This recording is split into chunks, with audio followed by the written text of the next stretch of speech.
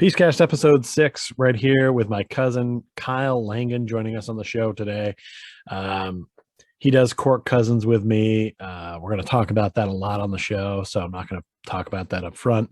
I'm waiting for him to come in the Zoom here. There's nobody I talk to more right now than him because not only do we do the show together, but we watch a lot of the games together at the same time, live if we can. And we watch it through the NBA.TV package. We have been watching a lot of the games. We've been recording a lot of our watch parties for upcoming stuff. We'll talk about that on the show, as well as some of our past being cousins, some fun stories of things we've done together. And even some fun stuff we've done this year. We've done a lot of stuff together. I think we've probably hung out more this year than maybe any other year ever. So that's been good. We're going to take some bits from the show and we're going to apply them to Pichcast just for fun.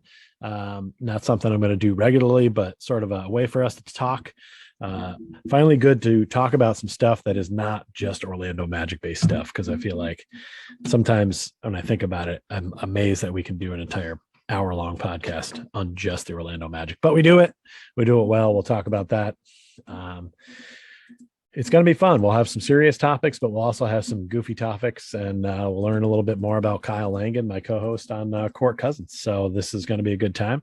Sit back, relax, get ready to, it's over on this side. Get ready to go to check out this guy looking for bumbles in the reindeer land.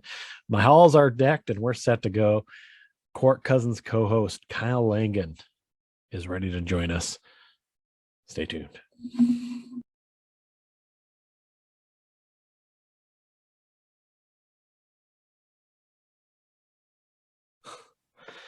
Hey, all right. Welcome to Pichcast. It's weird to be leading off the show. Just gonna say that right off the get-go. Yeah. Usually this guy over here gets it done, but this is how we do it on my show. It's very relaxed, although we do have a little bit of a format like we do on Court Cousins. So this is my cousin Kyle Langan joining us today from Bridgeport, Connecticut. How's the weather there? It's pretty cold. It hasn't been too bad. Is that a house coat you got on there? Oh yeah, I'm stylish, man. This is my old man sweater. It makes me feel dignified and intelligent. Nice. We're going to get to your intelligence on today's program, but before we go too far, let's start the way we do on Court Cousins. We always start with the Rolo check-in, which is a shortened for the name of a player named Robin Lopez, where we each submit a picture of his face from his historic career. He's a majestic human being, as we talked about on our opening show. But it's a social emotional check-in. It's something you've got from your years of teaching. You put it into the show, and I think it's great. So why don't we start off this show with that as well? So let's lead off with you telling us how you're doing on this current day, the 15th of December, 2021. Well, thanks, PIche. I appreciate you checking in with me. I am feeling pretty good. I almost relieved today. I've been coming up against, I think last time for our Court Cousins episode, I was feeling like a ball had just hit me in the face. I found a picture of Robin Lopez getting struck in the face with a basketball, and that's how I was feeling. I had all the deadlines. I'm a teacher. I'm sure we'll talk a little bit about that, but I'm also in grad school. So coming up against the holiday break is a busy time in the academic calendar. I had a bunch of stuff due for grad school. I had a bunch of work due for my students that I have to grade then and give feedback to. And then on top of that, my boiler ran out of oil. I had to get oil delivered. It was freezing. Had to have some wood. I was literally heating myself by the fireplace the last 2 nights. Yeah, old school. Back to the roots. But I just, right before we jumped on here, turned in my last paper for grad school. So I am feeling pretty relieved right now, and I'm pumped to be here with you. I'm looking forward to giving me the flashing lights, of excitement. And then we're going to watch the game later tonight. So, it's going to be a great freaking night. Fair enough. Yeah, that's when you're climbing up that hill, it is nice to finally get to the top, look back where you've been, look over, see where you're going. Both of them. How you feeling, PIche? Today I was a little bit frazzled. I think that ball in the face feeling you had when we did the show last week, I think it's coming at me now, where I'm like, I gotta get gifts over here, and I gotta put this over there, and I gotta put enough money over here for this, and a lot of little external things coming up. This happens every December to every human being at some point in time. But all things considered, I'm always am like one of those people that no matter how bad things get, I always am like, okay, got roof overhead, got food. You know what I mean? Like I can always kind of figure out that like things could be worse. And somehow that helps. Like no Yeah, matter no, how bad definitely. and I mean, who am I to really complain? Um, uh, Things are going to be fine. I'm going to your place for Christmas. It's going to be a fun time. So that's kind of looking forward We to that always little bit get of into time some off. So we always get into something, man. There's always some unpredictable stuff that goes down, dude. I don't we something do. will And happen. so this year, maybe more than ever, we'll get to that in a second. But I want to start Okay. off with a second segment that we do on Court Cousins a lot. It's called the Social Media Roundup. Okay. This is where usually says something about scouring the interwebs, and I do one of these. But these are just a couple things I've seen over the past few days that I thought were pretty funny that I wanted to share. I'm going to start with this one that says these are all from Instagram, and it says, "I'm sick of not knowing who the fuck is keeping Arby's in business. I want actual names of actual human beings. Who the fuck is eating there? I've never seen one go out of business. I need answers. Who the fuck is eating Arby's? Speak up now." And then Arby's themselves replies with, "Bitch, we have the fucking meats." Just I laughed way too hard at it. Yo, It's good. yeah, there's a trend of these company Twitters and socials just going, they're really throwing caution to the wind these days and just Yeah. going all in on the kind of youth culture, social media, not give a fuck, do whatever. We saw it Wendy's bite. started it. Yeah, think, I mean, we saw it biting some people in the butt. I wonder how long it will be. I mean, it just happens. I But think that's Arby's hilarious. knows. I think Arby's knows its clientele, and they know that our answer would be, "Bitch, we have the fucking meats." And I say we because I'm an Arbyist. Okay, I was All Arby's from time to time. I mean, we don't have one around here. They're kind of not really in this region, but you know, yeah. I have seen Arby's go out of business. There was one in Vermont when I was growing up; they went out of business. There was one in Portland, Maine, that went out of business. I mean, I've seen it happen, but Arby's is pretty nice. I mean, like, where else are you going to get good roast beef, sliced roast beef, hot sandwich? Like, come on. I mean, I honestly kind of agree with this young lady's query because Oh. I maybe is it not a Northeast thing, or we don't have Arby's in the Northeast because Not a ton. I don't see them There's a very few in often. some I mall see food them courts, I think. But, yeah, and I try to stay away from the fast food thing, although I do enjoy the meats. I love a nice. I was gonna roast say, beef. I mean, some of their sandwiches and stuff too, like it's a different take on fast food. You can get actually some decent, like healthy options. If you got a fast food, Okay. you could actually get some healthy options at Arby's and walk away happy. I think they've got a bad rap from a bad thing. And you know, they've also got the curly fry, the seasoned curly fry. Who else offers the seasoned curly fry? I ask you. I mean, I'm kind of like a curly fry, and I had a Wendy's double baconator the other day, and my Ooh. asshole did not appreciate that. So maybe I should try out Arby's. Yeah, well, you know, there are certain things at Arby's that may wreak havoc on the bunghole as well. So I suggest you choose carefully, but a good time. Have we already gone off the rails here? Is this okay? Are we? It's a railless show. That's Okay. That's the whole point of it. I hope my mom's not listening. She's gonna. Both our moms are gonna listen. They're gonna be disappointed at some of these. There's a couple I cut out because I was like, nope, it's too far. It's too far. This next one's safe. Okay. I included this one because of you. Oh and, yeah. Your boys. Yeah. It's the cat walking away from a Christmas tree, and then the Joker walking away Yeah. from the hospital that he's blown up. Your cats have been blowing you up lately because they're stuck inside, jumping up on camera while we're filming stuff and being part of the show, which is funny. So I thought of you when I saw this one. Can relate. Definitely can relate. Leave it up. No, actually they're pretty good, and I got the gifts under. They haven't tore those up yet, but they're I have been letting them out. We've had some warmer days, but when the winter comes, man, they just get stir crazy. They don't know what to do with themselves. They're like boys going through puberty. They're just coming all over everything. Like they don't know what the hell to do. But you know, I've been lucky that it's been warm. They've been able to take out some of that energy. Although I guess, a horrible human being for letting my cats outside. Did you know this? Like, you're an asshole if you let your cats outside, because outdoor cat live spans are so much shorter than indoor cat lifespans. I'd not heard that fact. I would think it would be the opposite. I think it would be inhumane if you Right? had your cat declawed, but I think as your cat is Yeah. clawed, then it's all fair game. Well, I mean, I went to the vet. My buddy's a vet tech, and he's always like, "You shouldn't let them out because they don't live as long." And I'm like, "But my cat." So then my cat is just looking out the fucking window, like, "Oh, I wish I could go outside and be like the regular cats." And I'm not gonna just keep them inside and deny them that outdoor. I mean, they want to be out there. They're hunters. They want to fuck up birds and all types of stuff. But sure. I'm not going to deprive them of that. They're my boys. I like that sentiment. I think I'd be the same way. Also, I'm allergic to cats, so the more time they spend outside, the better. But you seem to be good whenever you come over to my house. Do you take meds when you come over?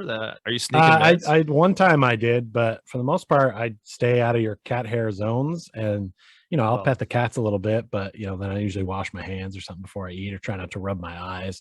It's not like I need an EpiPen or something like that if I touch a cat. You're not like blowing Benadryl in the bathroom and I can't see. You're not okay. No, sir. No, sir. I leave my Benadryl pipe here. All right, let's go on to the next one. It's from the Chive. They're a solid follower. Oh, yeah, you've heard of them. It just simply says, "It's weird how an attractive face is the criteria by which we decide whether or not to lick the area a person pees from." I mean, that's fair. It couldn't be more fair. Like, I read that and was just like, yeah, it's true. Yeah. It's so true that, like, even though this might be borderline gross or weird to some people, when you really break it down, you've probably never thought about it that way, but that is exactly what's happening.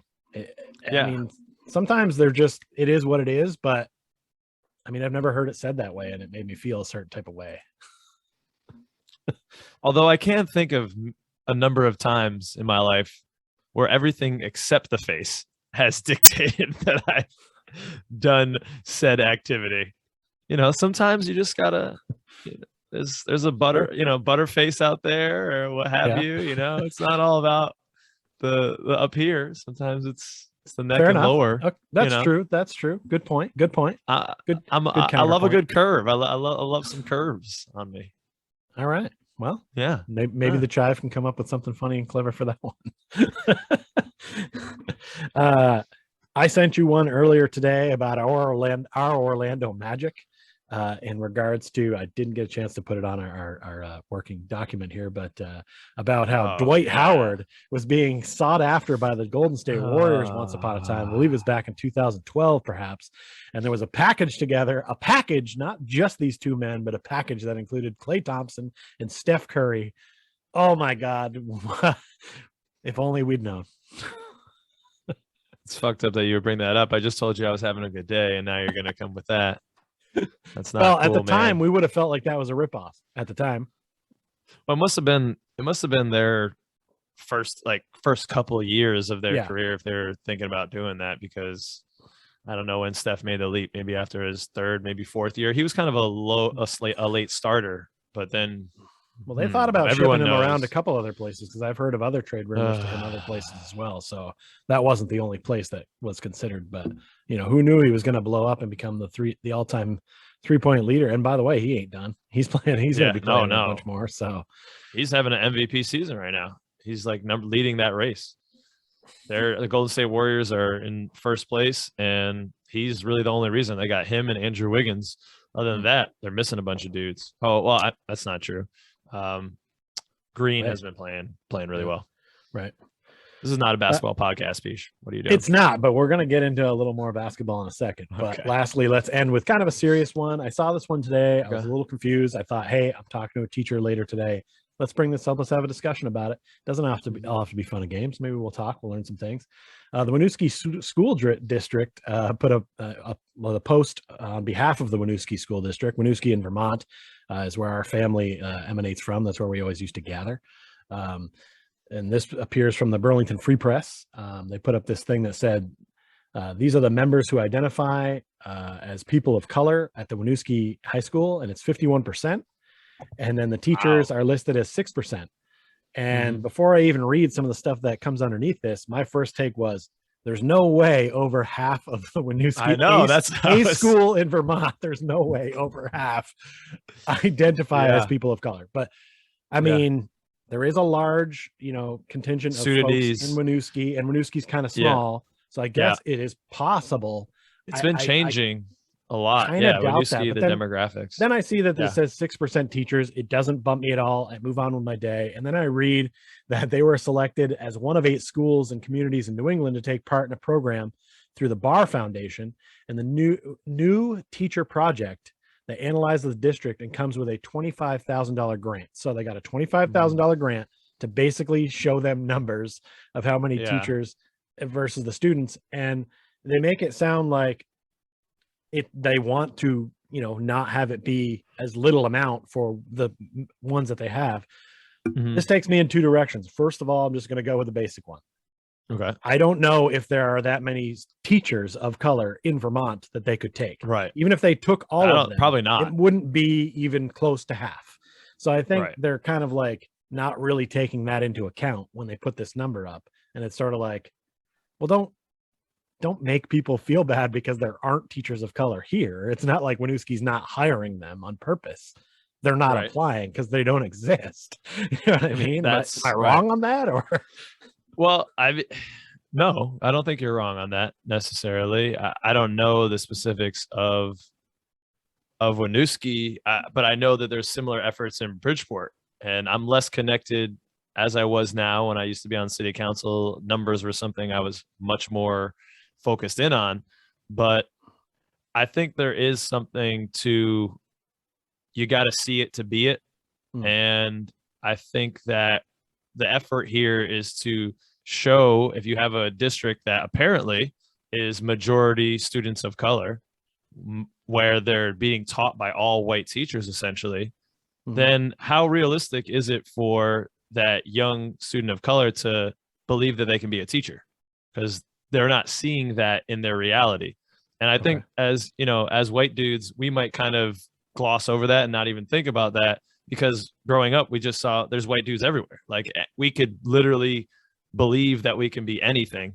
And I think there is a lot of power in seeing someone who looks like you, who maybe came from the same place and is doing something. And then you could be like, oh yeah, that could be my reality. And so I think that's probably where they're going from that. Yeah. I mean, that makes sense to me. It's one of those things, like you said, that we're not really allowed to cut. Well, not that we're not talking about it now. It's just that like you talk about it and then people are like, oh, you don't know, you're not of color, or you don't know, you're not from this area, or whatever the problem is. Right. Yeah, I guess it didn't really apply to me. I think along the way I did have a few people from different, but not, obviously not as many as some areas. But I just was like, I want the best teachers. Like, you know what I mean? Like, shouldn't we want the best teachers and not necessarily, I mean, just because they're of a different race or a different religion or bring a different background in. Hey, I'd love for everything to be super diverse all the way across the board, but some types of people don't like doing this or that or the other thing, or they don't live in an area to do the thing that needs to be done. Like, you can't you can't say, oh, we need to have more Asian women firefighters because that represents the community, when it's like, well, can an Asian women firefighter lift 50 pounds out of a burning building? Are they applying for these jobs? Sure. Like, diversity can't necessarily always work everywhere. It'd be nice if it did, though. So I'm a little confused as like they're getting a grant just to tell these numbers, and it's sort of like, well, okay, you're going to ship some teachers in to try to solve the problem, or are you going to hopefully they have some people in the community to teach? Like, there's got to be something that comes up. Hopefully how are you creating a pipeline? How are you creating a pipeline? They hopefully will come out of this with some action steps, like recruiting people in high school to get to university and get the training, or going through alternate paths. Because the thing about teaching that is just so absurd is the amount of education required versus the amount of pay. I'm not here complaining about my pay. I feel like I'm pretty well compensated at this point, but I'm 10 years into the teaching profession for me to get that. Most teachers in Bridgeport, you start at like 35K, but you need a master's. Right. If you're going the traditional teacher route, right? So from that perspective, teaching is a real career of privilege in most cases, because I come from privilege. So because my parents are very well off, And so I had the option to say, you know, I'll be a teacher. I had that option, but I wasn't someone that's like, I don't have a fault. Like I am not someone who was going through life saying I have no safety net. I can't risk the biscuit on being a teacher and trying to work my way out of my financial situation on 35K a year after I've dropped 200K on education. So Yeah. hopefully they're talking about that. Like, how can we create alternate paths that maybe aren't so price prohibitive? And that's not only for people of color, that's for all people. That's just for Sure. anyone who's interested in getting into teaching. Yeah, well, you've done a great job of segueing as you do on our show, because I pretty much wanted to get right into talking about being a teacher with you. But you mentioned all the years of schooling. I feel like you've been in school forever now. Like, like you're still in school. Like it's sort of like you're still like enjoying Christmas break as a student. Yeah. I mean, even though you're a teacher, like how much? Give me a scope here. Like, what do you got for school? Maybe run me down because it's long. Well, I actually came through an alternate route. I didn't go to school for teaching. I went to school for my undergrad and got English degree. I thought I was going to go to law school because I had these, highfalutin ideas about what I wanted. I wanted to be a lawyer, public defender, XYZ. Mm-hmm. So I actually, and then I went to the music industry for a couple of years. Right. That got stale for me. I got sick and tired of, I love music. I believe that music can really bring people together and there's something beautiful about it. But at the end of the day, I was really just creating spaces where people were getting drunk and trying to fuck. And I just didn't want to, that's great. That's a noble cause for some. But for me in my life, that wasn't going to be that's not my end goal. I wanted to have more of an impact on the people around me. And my mother and your aunt is a career educator as well. She was a French teacher in Vermont, moved to Connecticut, was a French teacher for a little while, and then became a guidance counselor. So if you include that, my preschool, I went to preschool in her school. I've been in school almost for the past 29 years because minus that 2-year hiatus, I then went into an alternate route program and soon thereafter started working on my master's. I got my certification, got my master's in educational leadership. I have taken some time off in between. It probably feels like it, but I got that master's in maybe 2013, and then I went back to school. Is that at Seton Hall? Was that when you were? Yeah, that was at Seton Hall. Pirates, go Pirates, baby. And then, and then I just recently started this 2-year program at Southern, and for my 6th year, which will allow me, and my 092 certification, which will allow me to be a principal, because that's my goal. But it has been a shitload of school for my whole life. But as a teacher, I love school. So for the most part, I'm a little frustrated with it right now and at times, and I want to get the hell out now. But then after like a couple of years of being outside of the educational space, I get the itch to go back, and I want to go back and have those dialogues with other teachers, teacher leaders in the academic setting. I just get off on the academic setting. Right. Well, I don't know if you should say that if you want to be a principal. Yeah, maybe the wrong verbiage. But no, I have to take this down. I mean, it's a great goal. I always feel like you want to do a lot for the community. And I know we spoke a while back and I was like, oh, you're going to stay in Bridgeport and do this. And you were like, yes, I want to teach here. I want to change things here. And I think that's great because also, like you mentioned earlier, you were on the city council for a while, like trying to make a change in, no offense for a second, if I may, but I don't think Bridgeport has a great, we don't have a great track record. Yeah. People are not like, oh, I got to go to Bridgeport on vacation, or I got to see scenic Bridgeport. Like it's just this sort of like, it was a formerly industrial city that kind of like lies between Hartford and New York and kind of is just there. It's got a pretty large population, but it kind of biggest city in Connecticut. It is. Yeah. Really? I'm surprised. Yeah, I mean that's not saying much. It's like 140,000 people. It's still, but you'd think Hartford would be bigger. You would think Hartford. Yep. Right. But, but still, even after last census, we're still number one. Yeah, you're right. Bridgeport has the same narrative. I'm sure folks listening to this pod too, of many cities in the country. There was this kind of boom time around World War II.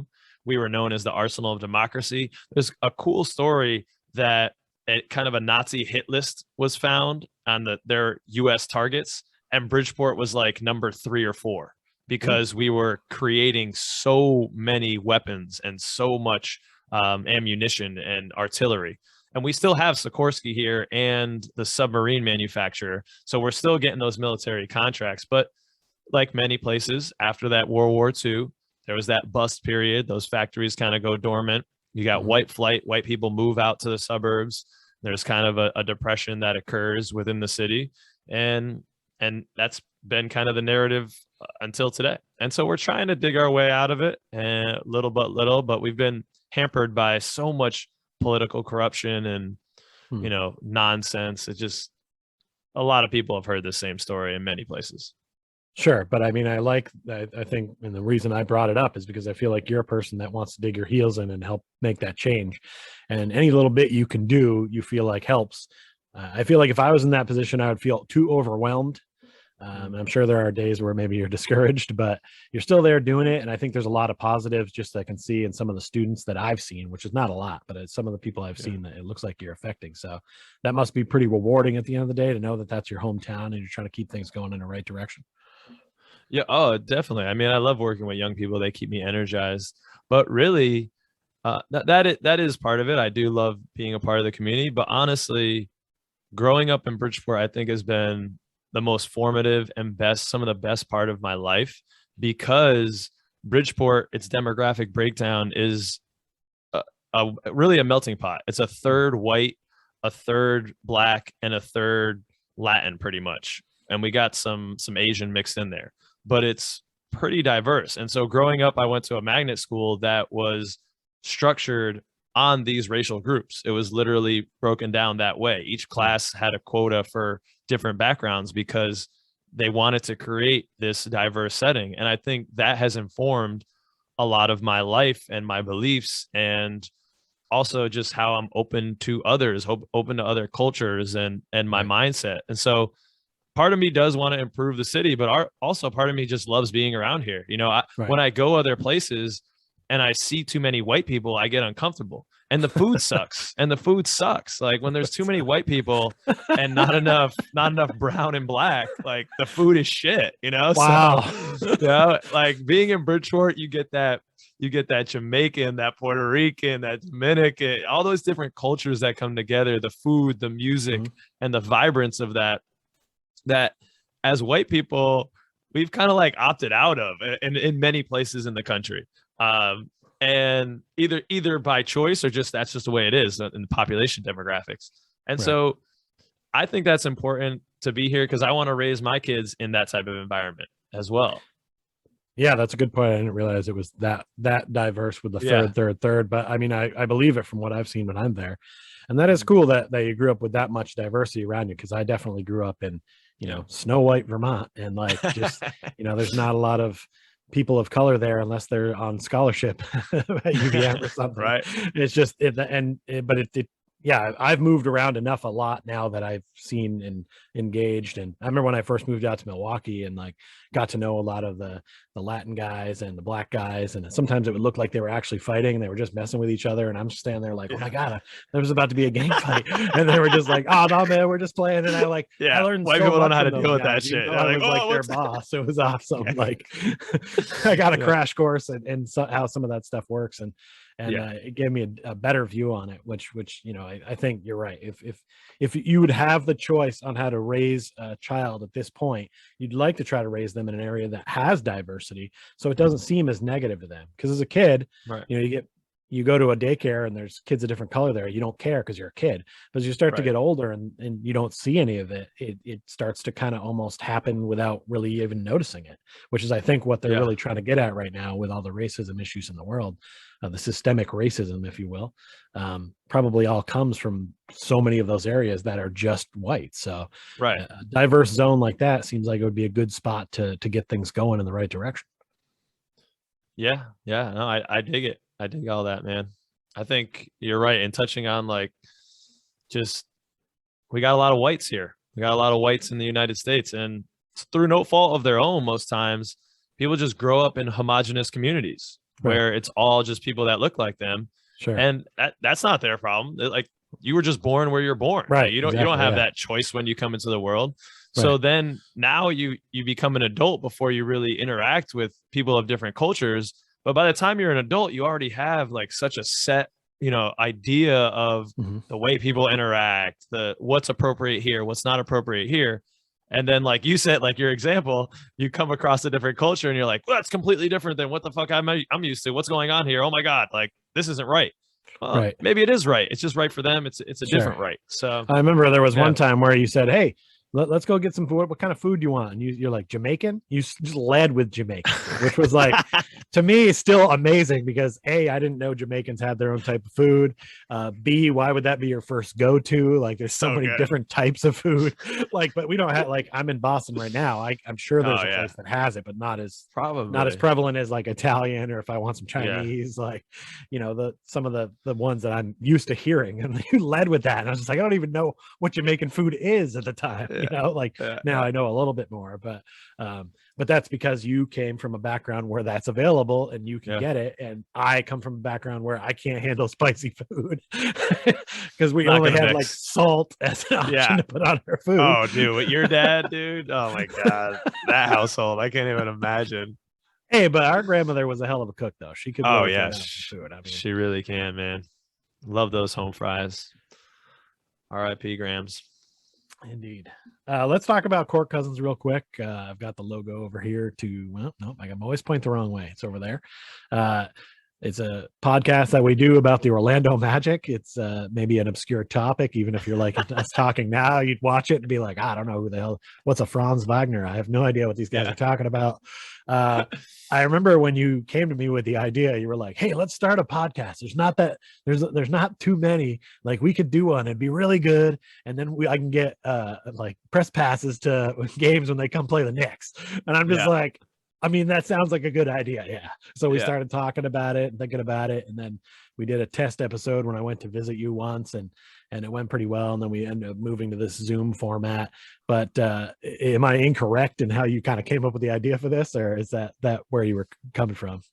I mean, yeah, I think so. I do have the goal. If I have a goal with the pod, it is to get that legitimacy, get that stamp of approval, to be in the press room, to get a press pass. I think that would be really cool. I had a similar goal when I started my company with the music industry. I wanted to work with certain artists, and then I achieved that goal. And after that, I was kind of like, well, this is something, do I want to keep going? And I said no, and I moved on to something different.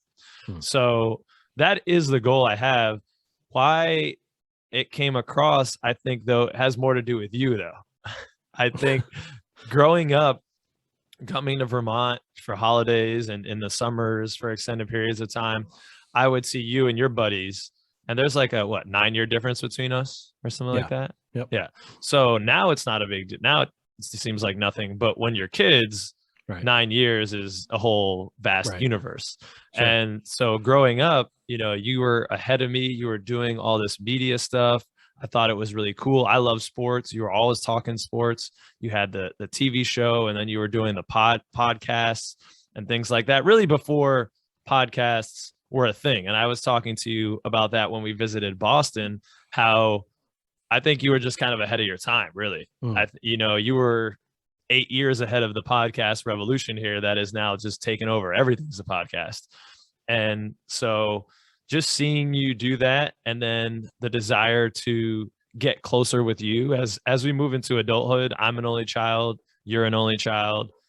I'm very grateful to be an only child. It's fantastic. It's helped me in many ways, I think. Yep. Sure. But also, and I'll put the question to you as well. I miss that closeness, that bond, that familial bond that I might have with a brother or a sister.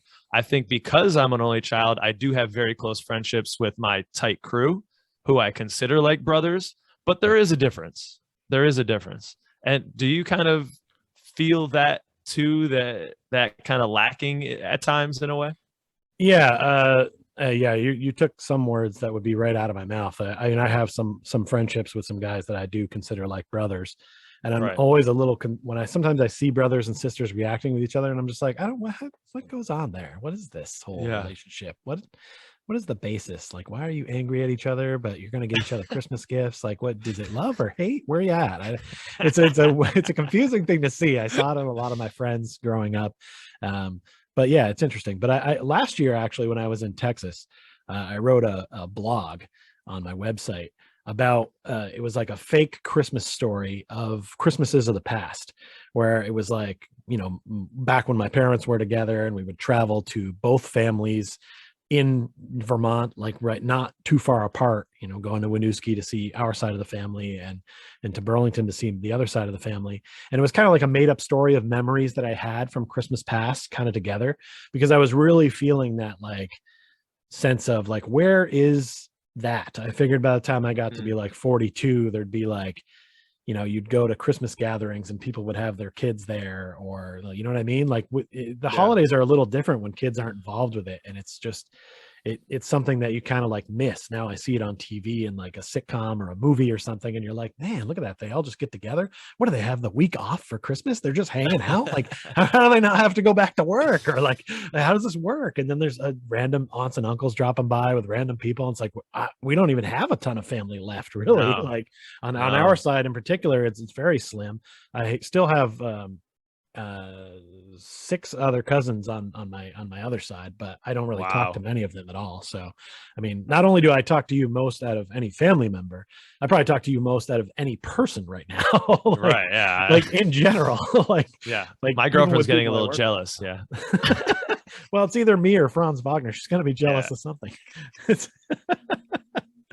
But no, I mean, I love that we do the pod for that reason, because I think it is good to like have a little bit more of a relationship. And that's kind of why I was like, look, I just crashed Christmas. I'm like, I'm coming. Yeah, dude. Like, yeah. Like, let's get as family together as we can and do the damn thing. Yeah. But yeah, and I thought that's why, like, when we came up with the name Court Cousins, we battled. We did not know what to call this show for a long time. We finally kind of settled on Court Cousins, because I really felt like we needed to let it be known that we're cousins, because I don't think a lot of people do stuff necessarily with their cousins all the time. Brothers is the one that's always tossed out when they're doing stuff together. But I felt like it was a unique part of what we have, because we do have some things in common, but I do feel like there's a lot that we don't have in common. But the one thing we're kind of on the board with is the Orlando Magic.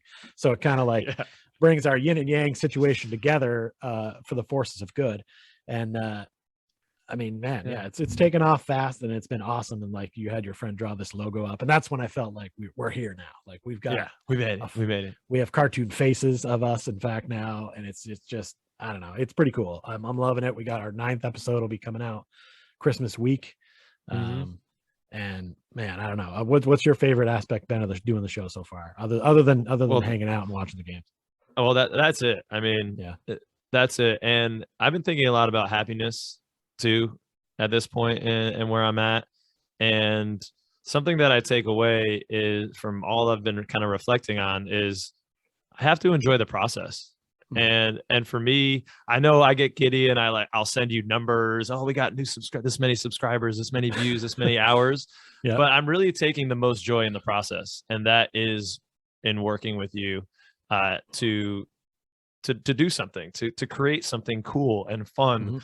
And if nobody watches, I really don't give a fuck. Like, I'm having a good time doing it. I get to kick it with my cousin and to build that relationship, because when this podcast doesn't exist anymore, or whatever, we're still going to be cousins till the grave. So that's really what is most important to me.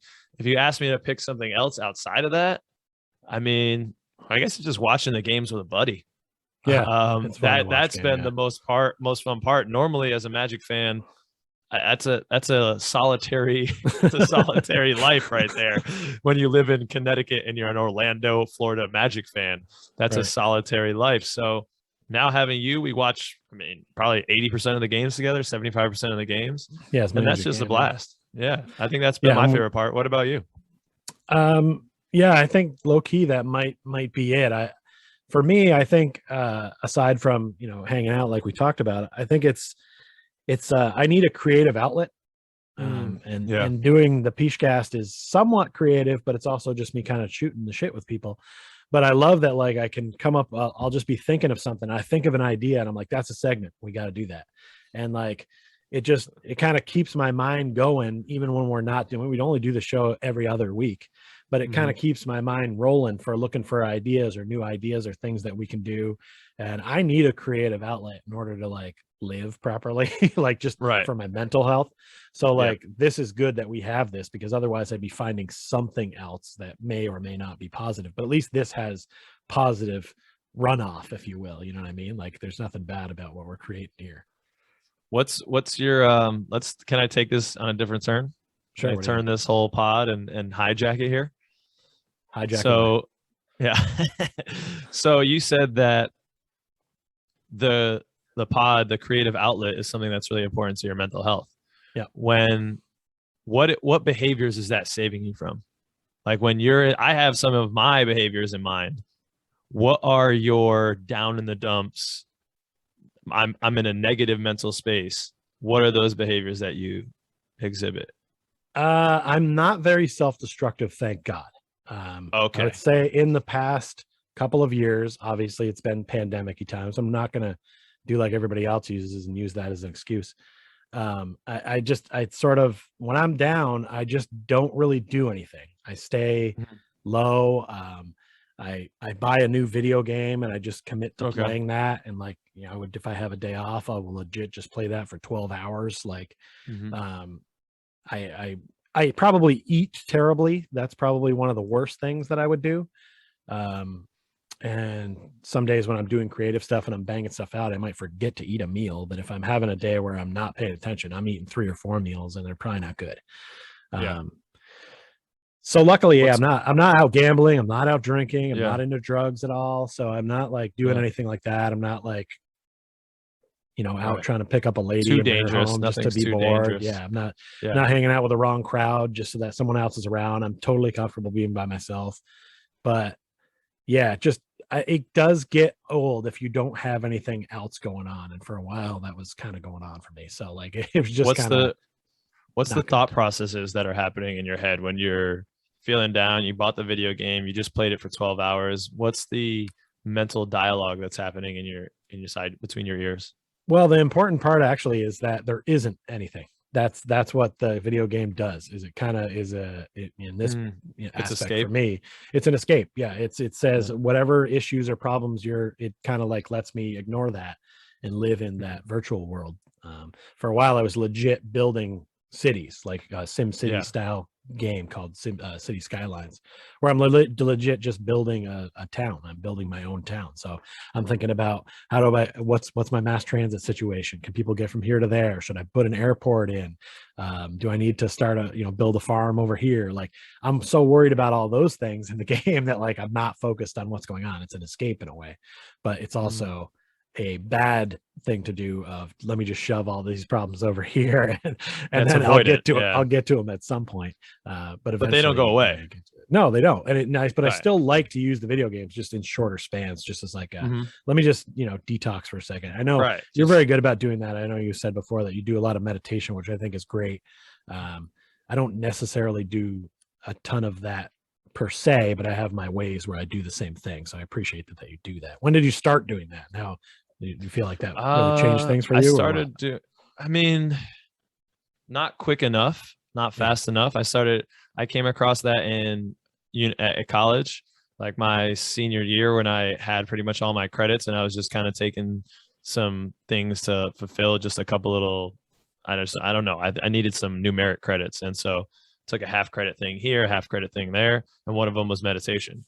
And I had kind of been on the fringe of it for a little while. And I picked up the practice then. I put it down and picked it up a number of times since then. I mean, that was 2010. So that was like 11 years ago. And I picked it up and put it down, picked it up, put it down. And I try to incorporate it into my day every single day. And I think I sometimes have this idea of meditation that it's some lofty aspiration that I need to be sitting like a little Buddha, just completely entranced in the moment. And really the way that you were describing your city skyline seems like meditation to me. That the meditation is just being in that moment. Yeah. Even something as small as rubbing my index finger and my thumb together, but thinking, my mind is making me rub my index finger and my thumb together. My mind is making me do this. That's bringing me back to this present moment. Or just some breaths with a longer exhale than inhale. Right, That can right. really kind of That's change things for me. You know, if I'm feeling, because I wish I had your symptoms, bro. Like, I wish I had your negative mindset symptoms, because mine, let me not compare. Let me not be like, mine is worse than yours, but it's different. I do perceive it as potentially more destructive in a number of ways. okay. Yeah. Well, I'm sorry to hear that, No, but I I mean, think that it it's seems like fine. you have a good grasp on it at least, which is something that, like, man, when I was a kid growing up, I didn't see adults doing that. I felt like everybody just kind of like, you had a problem, you just ate it, or you just got out there, you just rub some dirt on it and you go. And I have a certain amount of that in me, thank You God, do. because I think it You helps do. me push through. But on the other aspect, it's like nice that people don't have to do that in the future now. Like, I feel like future generations aren't going to have those moments. So they're allowed to feel their feelings and have their moments. And while I feel like sometimes we go a little too overboard, at least I it's on the agree. table, you know, like Yeah. better it be on the table than not. Yeah. I think, you know, I've had some dinner conversations with my family about this. There's a crazy amount of people that are now diagnosed with depression or ADHD or all these kind of mental, I don't want to say disorders because that's negative, but, you know, mental differences. Let's put it PC like that. How about? And I do think there's a little bit of copycat syndrome, a bit, Yeah. you know, but I think overall the good far outweighs the bad, because like Right. you said, our students are learning mindfulness, they're learning breathing techniques. Sure. We do social emotional check-ins because, Right. especially as a man growing up in society, Right. we don't even know how to see how we're feeling. Mm. And, you know, like, people ask you how you're feeling and you just say good, and that's just your whole life you do that. And as a man, you don't actually, I don't know why women are, if they're more innately just in tune with that, or something about Mm. the enculturation of a woman growing up, they're allowed to check in on their emotions and be in touch with their emotions. But as a man growing up, I didn't have any of that. Like, if you asked me how I felt, I would just say good and move on. I don't, but I Mm. actually couldn't tell you how I really felt. I didn't have the language for it. I didn't understand how to do it Mm. until I until my destructive behaviors took me to a point where I lost the people in my life that I loved, and I got into rehab and I got into therapy. And then for the first time, I was able to articulate how I felt for the first time as a Mm. probably 25-year-old, you know, 24-year-old. But it took that long to develop that. And I'm so happy that the kids are getting it nowadays. Yeah, that that kind of took me. I kind of was thinking about something else, and I was like, "Oh man, what did I want to say?" Because now it like kind of made me realize that, like, I think I'm so glad that I never had one of those moments where, I mean, I guess we've all had our own A moments where, rock like, you feel bottom. like a rock bottom or whatever, but like, even as bad as my rock bottoms have gotten, they're not like, they weren't hills I couldn't climb back from. You know what I mean? Like, it was, Mhm. and it wasn't as bad as someone else's rock bottom. Like, I could look and see other people that were bottoming out further. And Yeah. I don't know why, but for me, I've always been kind of the type of person that I have a hard time sometimes feeling bad for myself, because I know there's people that actually have it rough, but it almost doesn't allow me to feel whatever feelings I'm having, because I'm kind of like, what you're dealing with is not a big deal, because Mm. you can know where your next meal's coming from, or you know what I mean. Like, Yeah. it's a weird thing, but there's a funny guy I follow on Instagram. It's called Boston Be a Man. He's pretty funny because he puts up all these things about like what it's like to be a traditional old school man, like when when your girl calls you and when your girl calls you from downstairs, don't answer for the first 3 times, be a man. You know what I mean? Like it's always something ridiculous, like over the top, and Yeah. it's kind of tongue-in-cheek. He just does it like on Right. purpose to know that like It's that's what it is. machismo joking. But it's very much like the way men were perceived when I was young, so I think it's particularly hilarious because it's like men aren't like that necessarily anymore, because like you say, they're now like taught to feel feelings a little bit more. And I think as a kid, I had a little bit more in touch with my feelings, but I was closer with my mother and a lot of friends Right. growing up that were girls. Like I've always gotten along like tighter sometimes with women than men, because Mm-hmm. I didn't have to do macho persona men stuff necessarily all the Yeah. time. That's changed now. I can talk about dresses and stuff like that with my male friends, and it's cool, but I can try them on. I can walk in heels, whatever, good luck finding a heel in my size, honey. Yeah. Well, that's interesting though, because I mean, you're not a super tall dude, and if we're comparing it to the NBA, but I mean, what are you like, Right. 6'2", 6'3", 6'4"? 6'4"? Yeah, even okay. So that's a very tall human in regular life. So growing up, when you're that tall, and I have some really tall students, I feel like manness is really put upon you younger Yes. and more forcefully, just because And everybody you thinks I'm stick strong. out. Right. Everyone thinks you're just like, It's you're like a man. you're tall, You're you're tall. strong. Right. Help me lift this. It's like Yeah. I look at these things. This is the skinniest arm on a guy who's like 250 pounds that you could possibly have. But everyone's like, you're tall, so therefore you're strong. You can help me move things into my new apartment. It's like, oh, all right. No, I think it is thrust upon you a little bit when you're big, and I don't necessarily mind that. I mean, I've got a beard. I kind of I'm totally cool duding out. But it's not all who I am, is like trying to be what everybody thinks a 6'5" dude of my ilk should be, because I still think about it as though like, yeah, I'm big to you, but if I was at an NBA meeting, I would be lost in the background, like hanging out with the point guards. Like, Yeah. and I don't know how to dribble that well, so I'd be lost. Because in Vermont, when you're 6'5", you play center. Yeah, exactly. Yeah. So yeah, my style of game is more to the inside, even though I don't have the height for that at the NBA level, which is probably why Vermont hasn't had a lot of pros.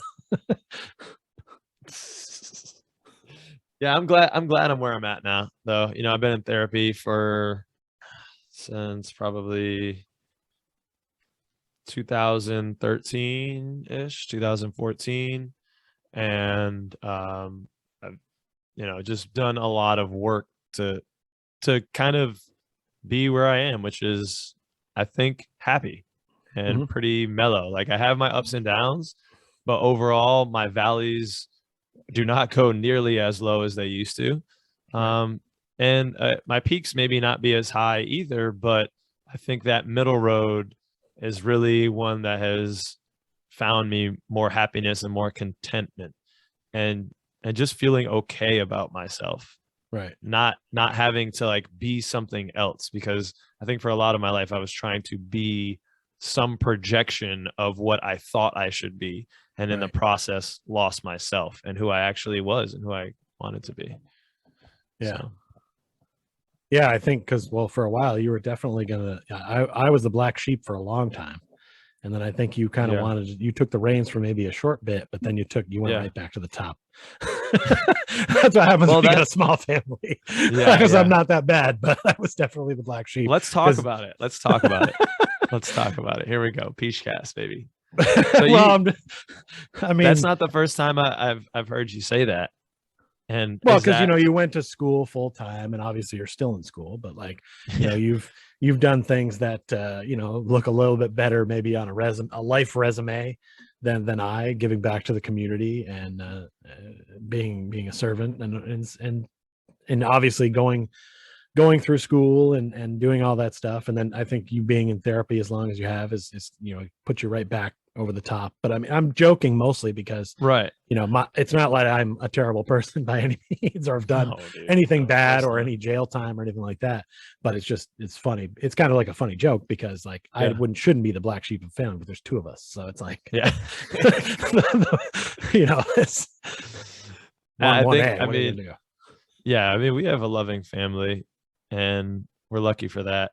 But that definitely, that other side of the coin impacted me, I think, as a child growing up, and that I kind of felt that too. And maybe this is the age difference. Like you at you were at a point where you already had kind of decided you weren't going to university. You were pursuing the kind of like facility management career, which has now become great for you. You're like one of the only certified in XYZ certifications in the Northeast. You hold some of the highest certifications of anyone in your field. You're just crushing that. But at the time, I think there is, and maybe I was just projecting this, and maybe our family members didn't actually feel this way at all. Mm-hmm. But as a child, you kind of perceive it, that attention, once it was like, okay, PIche isn't going to college, he's going to do this thing. Then it was like, everyone is focused on Kyle. And so it was like, Kyle, you got to get straight A's, you got to do XYZ thing. And that actually, I internalized that. And that was one of the things that really caused my break, because I internalized so much pressure on myself, and I'm so critical of myself. That's the battle I still fight. Yes.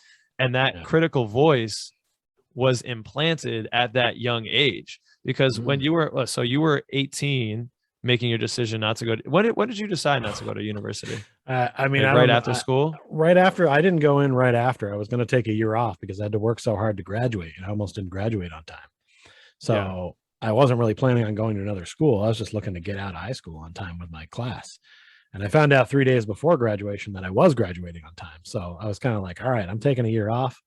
And then I applied to a couple schools. Champlain College was one of them. They said I was going to get in, and then they ended up denying me, but never recommended. It was a long story, but they basically then said I would have to go through like their GAP program or whatever, and it was pretty frustrating for me. So it kind of like stopped me right there, and I was kind of like, oh, so maybe this isn't for me. But I started working at UVM, and then I was going to get classes for free, so I did take some classes through them.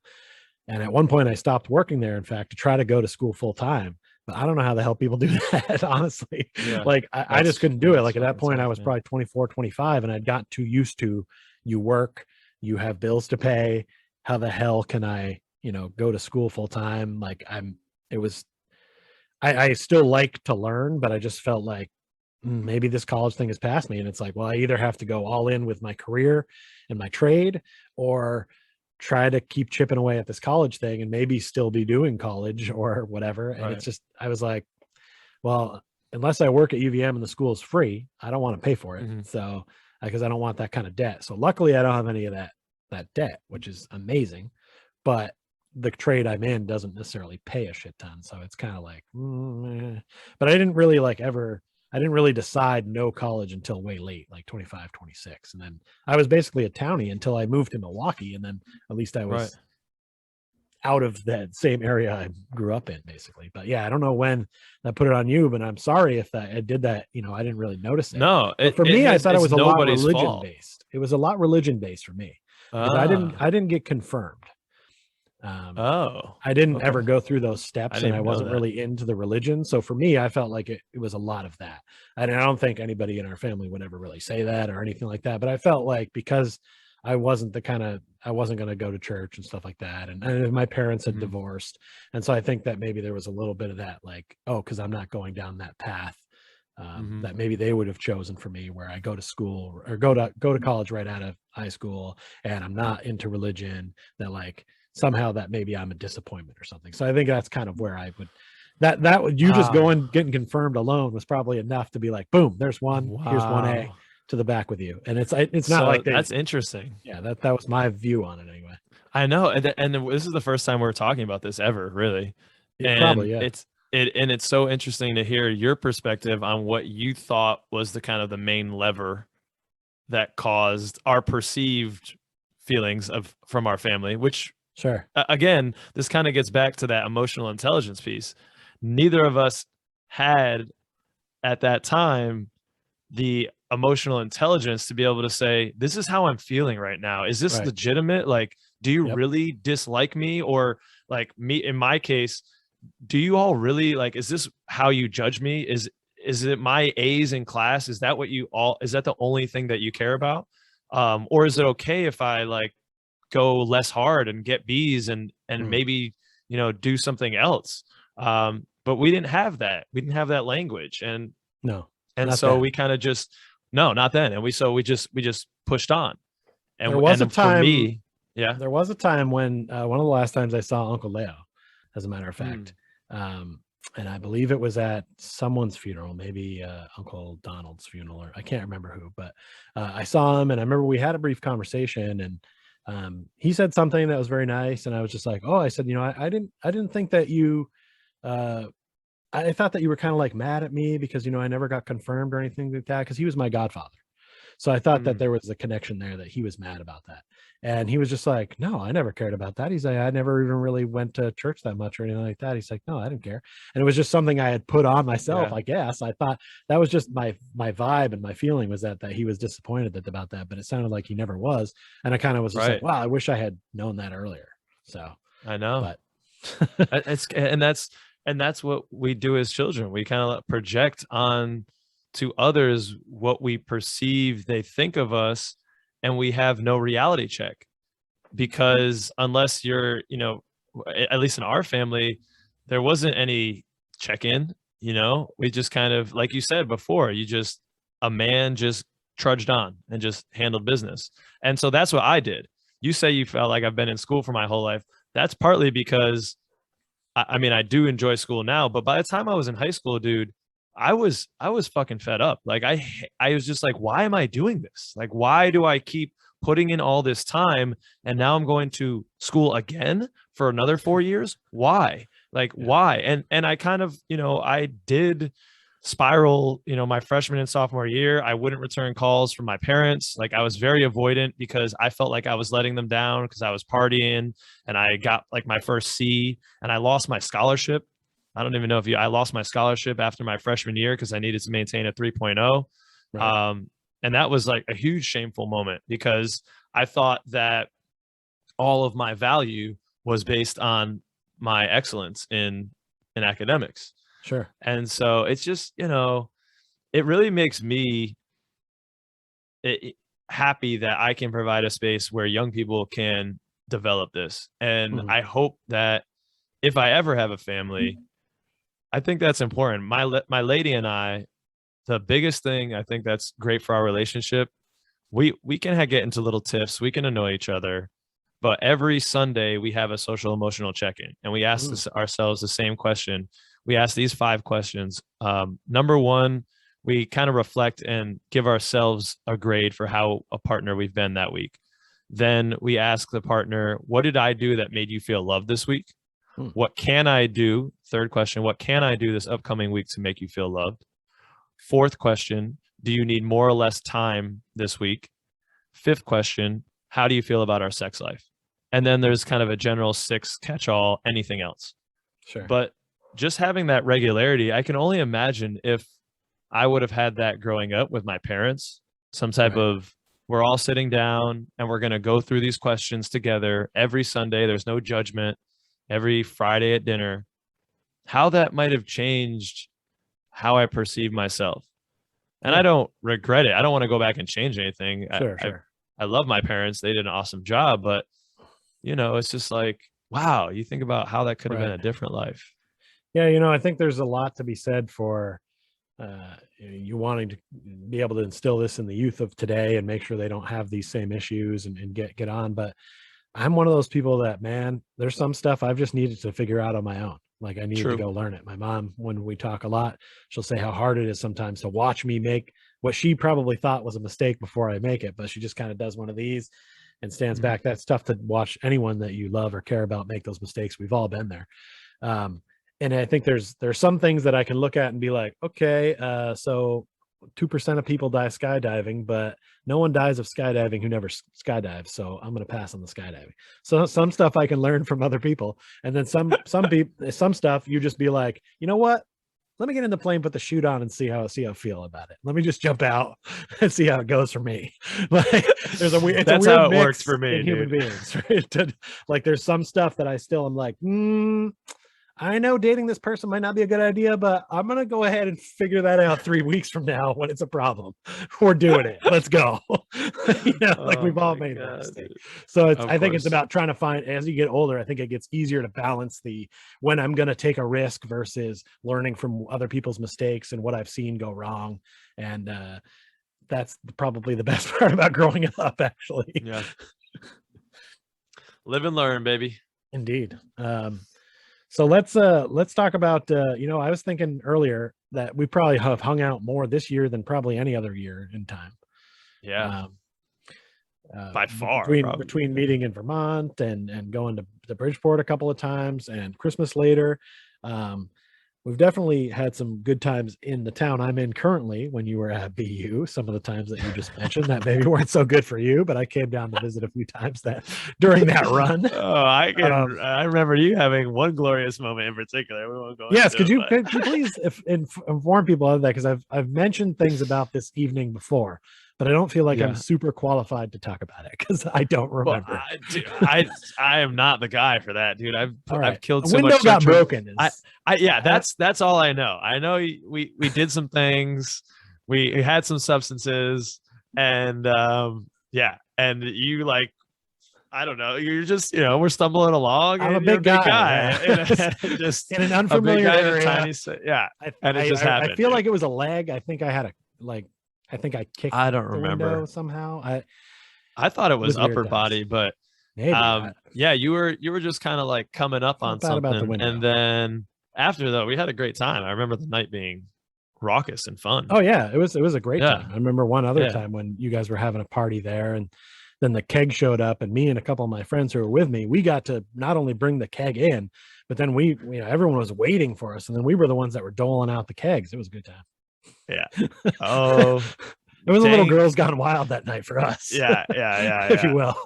Yeah. Well, that was a little bit of your college experience that you didn't get to engage in. You got to live it out then. That's true. I thank you for that. That was a good time. Yeah.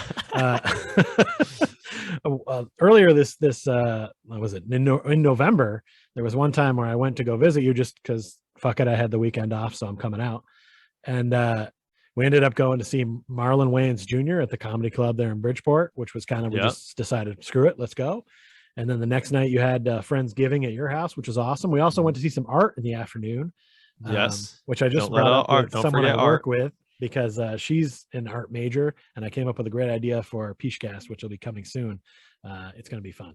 I'm going to show her pictures of art, and she's going to figure out whether it's real art or it's something I drew or it's I haven't quite tweaked it yet, but it's going to be good. Yeah. All right. Anyway, so we did that. And then you got tickets from a friend for the Bills Jets game in New York. So then we went over and did that on Sunday. So it was like, we kind of made an entire weekend out of really just the Friendsgiving was pretty much the centerpiece, and just and we were going to do stuff for the show for Court Cousins. We ended up doing like maybe nothing 20 minutes before like I left. We filmed a few things just to say we did something, because it was like we had to. There's certain stuff we can only film when we're both at the same place, like you getting the championship belt, which I see is behind you right now, which is a big part of the show, where we challenge each other with things that are going to happen in the next set of games, and then whoever predicts the most things right gets to hold the championship belt, which is why that's there right now. But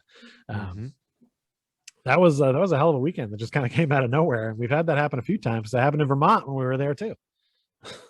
Yeah, dude, maybe that's something. Again, when I'm around you, and it's been since I've been a little kid, I just get energized, dude. I just love being around you.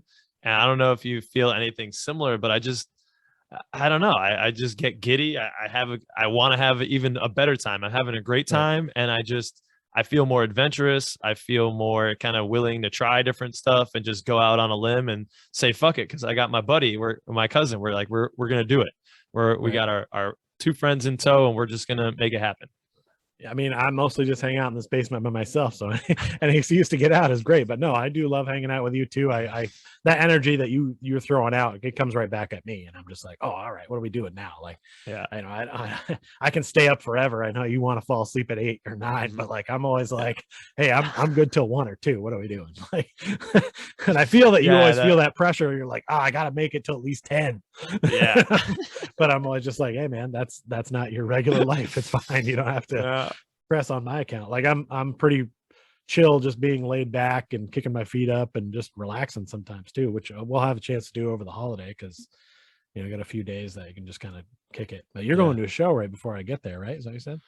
Yeah, I kind of botched it, man. I felt a little badly afterwards. I didn't realize I wasn't thinking at the time, but I'm surprising my lady with well, she probably won't fucking listen. So I'm surprising her with some Cirque du Soleil tickets in the city, which is just an amazing, amazing performances always. So we're gonna go into there on the 23rd, and then we'll be back here for our first annual Corkmas, which is a new holiday inspired by, I don't know, Fernand Korkmaz, a player for the Philadelphia 76ers that you came up with. That was your progeny when we were watching a game. You're like, Korkmaz sounds like a holiday event or something. I'm like, oh yeah, Corkmas.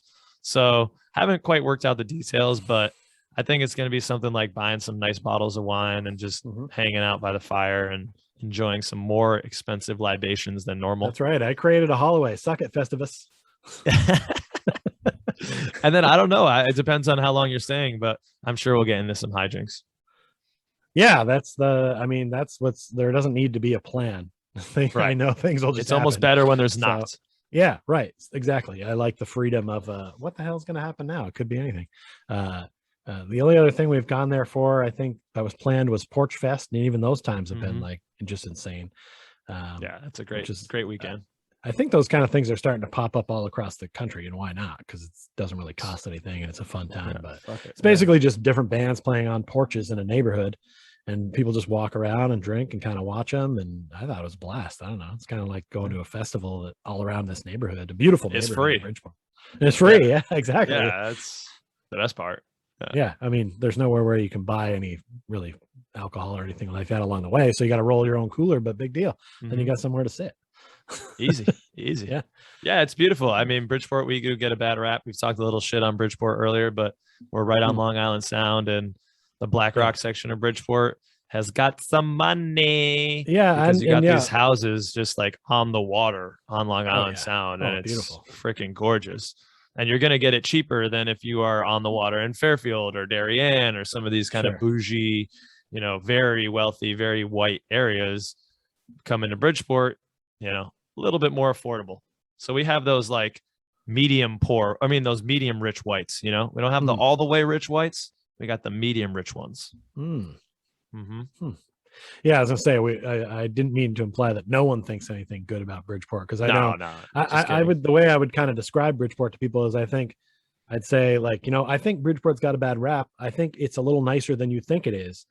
I think it's a pretty delightful city. It's not trying too hard. You know what I mean? Like, it doesn't get caught trying either. Like, it has enough things if you really look for them to fit whatever it is you're looking for, but you got to look. It's not in your face like New York City or some places where it's out there, but they, have enough stuff of out there. You just got to go find it. And I think probably a lot of cities and towns are that way, but I feel like that. Some people it's so don't. small. Some people want it to be out there because they don't know. But you can't be walking. There's no downtown life that's popping off. You can't just say, "Oh, we're going downtown and see what happens," like you said. But it's also one of those cities. It's so small where you kind of, it's the biggest city in Connecticut. But if I go out, I'll inevitably run into 10 people that I know. I'm always like running into people and just saying what's up. So I love that vibe. I feel like I'm in a small town, but it's actually the facilities of a city. We've got the water, the beach, we got the arena, we have an amphitheater, we got you have an AHL franchise for crying out loud. Yeah. I mean, come on. Let's go Sound Tigers. I'm not calling them the fucking Islanders. I don't give a shit. They're the Sound Tigers for life. No baseball though. Your baseball team left a while ago. Yeah, we did lose the baseball team to the amphitheater, but as a music lover, someone formerly in the music industry, I'm kind of with that. The baseball team was floundering there for a while. It was fun in my childhood. We had some. That's in the. I forget the league. Do you know the league? There's like 8 or 9 teams in it. I forget. Yeah, they were in a couple different leagues. I think they might have been single A at one point, but then they were in that. I don't think they were in the. They're not in the Cape Cod League, but it's on the same par where it's like the college kids that are on break for the summer playing it. I can't remember the name of it, but yeah. I mean, I don't remember either. They're not there anymore, so who knows? Either way. All right, let's Bluefish, rest in peace. let's have to wrap this shit up. Jesus Christ, I want forever. Well, I want to end today with another ode to a segment on our show. Okay. It's called Magic the Sports Card Gathering. In it, I usually, as you would say, dig into my treasure trove of Orlando Magic cards. Yes. And I show cards of players from the past and today, and I usually have a little story about them or whatever. And it's a nod to the Magic the Card Gathering game with the logo and everything. But today I got a little bit of a different spin because this is not an Orlando Magic themed show. It is basically just a card gathering segment. So stick with me on this one. The first card I'd like to submit to you is my Snoopy Fan Club card. There it is. On the bottom, you can see, I believe it says 1982. As of February 1st, 1982, I was a card-carrying member of the Snoopy Fan Club and still am to this day. What is that? What kind of perks do you get from the Snoopy Fan Club there, PIche? Well, I think it just... Besides the prestige, of course. Well, I mean, yeah, you get this card. I don't know how many of these there are. That's nice. You can see that I used my brand new rubber stamp that I believe somebody got me. Instead of writing my name, I just hit the old stamp on there. That looks really official. just telling people has been the best part about it, because people don't believe you and they think it's insane, and they see all the Snoopy stuff that you obtain and they're just like, well, what the hell? And it's like, well, yeah, I'm in this club, and they think it's a joke, but there it is, folks. That may be the first time I've ever shown it, because I found it at my mom's when I was there for Thanksgiving, and I was like, I need to bring this back. It's too good to not have in my possession. The next card is hey, it's the season. This is a holiday card from Mr. Justice St. Louis, my guest on the last show. And there he is. Evelyn, who also appeared. Yeah, she was in there big time. But yeah, holiday cards. It's another version of cards that's fantastic. This is the only one I've gotten so far, which I'm kind of amazed at. It's the 15th. We're only 10 days away, but let me play it. Here's a holiday card. That's from your dad. Oh, you got my dad's card already? Oh, cool. I never standard Uncle Bernie. He does a Merry Christmas and late Happy Birthday here, just all in one card. There you go. Wow, fired it in there. Yeah, just fuck it. Just put it in one. Nice 3 kings happening. Thanks, Uncle. Love you, buddy. All right. I'm glad you brought some cards this second. Yeah, I got some cards on my desk. I'm seeing if I can get anything else in here. Speaking of my dad, this isn't a funny one, but it's a prayer card from when my stepmom passed away a year ago, and then we had the service this past year. And when I talked about it on the show before, I lost sound, as you pointed out to me. So I just wanted to give a shout out to Jill. There's a prayer card, another version of card that I happen to have on my possession. We still had a fun weekend in Vermont that weekend, kind of remembering her and being there for my dad. And it was nice, Yeah, she was a lovely lady. So mouth like a sailor on her for such a Christian. Yeah, but then she would say God bless, so it was okay. Right. It was okay. It's all right. Oh, fuck shit. God bless. It's like, okay, that's fine. Next I've got an actual traditional card, sports card. That's an Upper Deck card. That is Warrior Ice Arena you see there in the background. Yep. That is where I currently work. And this is a card that was manufactured by Upper Deck. And I'm sorry, but I just think it's cool that they make a card of my workplace. Of your work facility. That's my work. That's dope. And there they are. This is showing that the Bruins had returned to training camp after phase 3 of the COVID break. So that was kind of what they were showing there. So that's pretty cool. That's pretty cool. Then, do you run into those guys often in the facility? More than I'd like to. Yeah. The other day I was sitting in shit. I'm not to brag, but I was sitting in my car eating some McDonald's before I went into work yesterday. And as I'm biting into my McDouble, because I like to eat off the value menu, Patrice Bergeron, captain of the Bruins, pulls in nose to nose with me, and then we rode the elevator up together.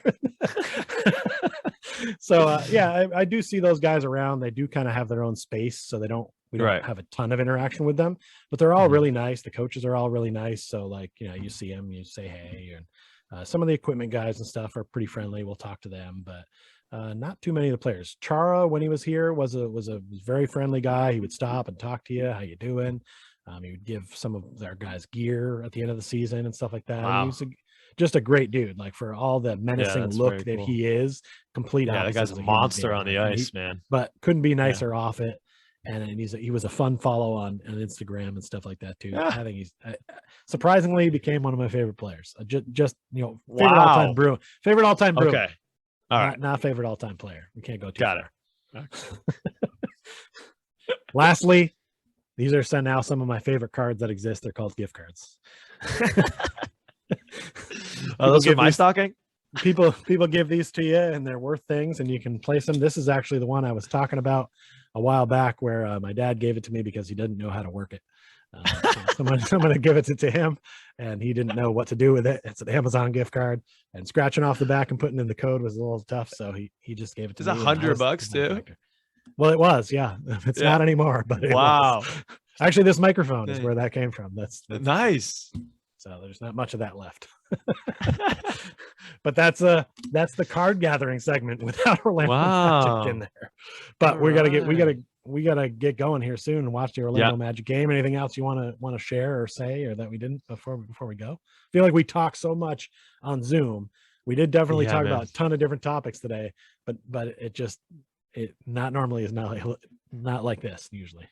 Oh, I think that let me end with this because I saw a neuroscientist talking about this and the importance of gratitude in happiness and not just writing down what I'm grateful for, although I do that every day. I got my little journal here where I write down my gratitude and things that were great in my day, but in receiving gratitude, that is really helpful in happiness. And so I want to express gratitude to you, Jason, just for being always a kind, energetic human. You're the nicest. I think you're the funniest motherfucker that exists. I really do. You're constantly making me laugh. Anyone who's ever come in contact with you of my friends is always like just nicest dude, like A-class dude. And you're just a really thoughtful, caring, loving guy. And I'm just really happy to be working and talking with you so much. It's adding a lot of value to my life. So there's some gratitude, man. I hope that you can receive that. Well, based off what you said, I'm going to something that is hard for me is accepting those things when they're said. Because I know when we had our Thanksgiving show, I've actually been thinking about this quite a bit. You said some similar things at the end of our Thanksgiving show for what you were thankful for.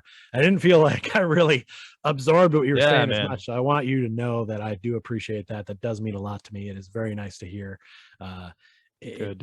That means the world to me. I feel very similarly about you and don't think I could articulate it nearly as well as you just did about me, but I appreciate that. And I think that's why we vibe well on the camera enough that like, hopefully some people who watch the Magic show will watch this show and vice versa. Yeah. So maybe we're doing a little love for Court Cousins. Check if you liked what you heard today, check us out on Court Cousins. Even if you don't like the Orlando Magic, maybe you'll start liking them because we told you to, or maybe because I point at you or some old guy on a porch yells at you. Either way, it'll be fun.